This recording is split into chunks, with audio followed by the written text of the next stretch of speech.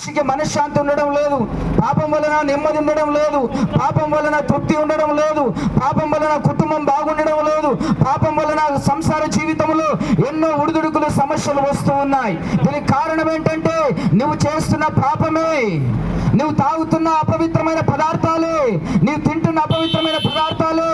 నేను ఎవరికి లెక్క అప్పచెప్పవలసిన అవసరం లేదు, నేను ఎవరికి లోపడాల్సిన అవసరం లేదు, ఎవరు నాకు చెప్పాల్సిన అవసరం లేదు అనుకొని మనిషి విచ్చలవిడిగా జీవిస్తూ పాపాన్ని ఒడిదొచ్చుకుంటూ ఉన్నారు పిల్లారా.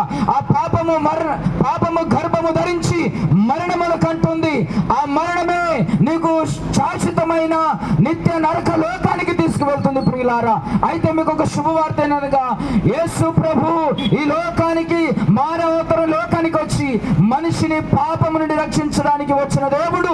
మేము ప్రకటిస్తున్న ఈ పరిశుద్ధ గ్రంథములో కనబడిన ప్రభువే. ఆయన పేరు నజరేయుడైన యేసు క్రీస్తు ప్రియులారా. ఆయన కేవలం యేసయ్య అని పిలిస్తే చాలు, నువ్వు ఏ స్థలములు ఉన్నా, ఏ ఊర్లో ఉన్నా, ఏ ప్రాంతంలో ఉన్నా, నా యేసయ్యని నీ ఎదుకు వచ్చి నీకు మనశ్శాంతిని, సమాధానమును, పాప క్షమాపణ, ప్రాయశ్చిత్తమును అనుగ్రహించగలిగిన ప్రభువును మీకు తెలియపరుస్తున్నాం. ఈ మాటలు మీ జీవితంలో దేవుడు దీవెనగా ఉంచును గాక. ఆమేన్.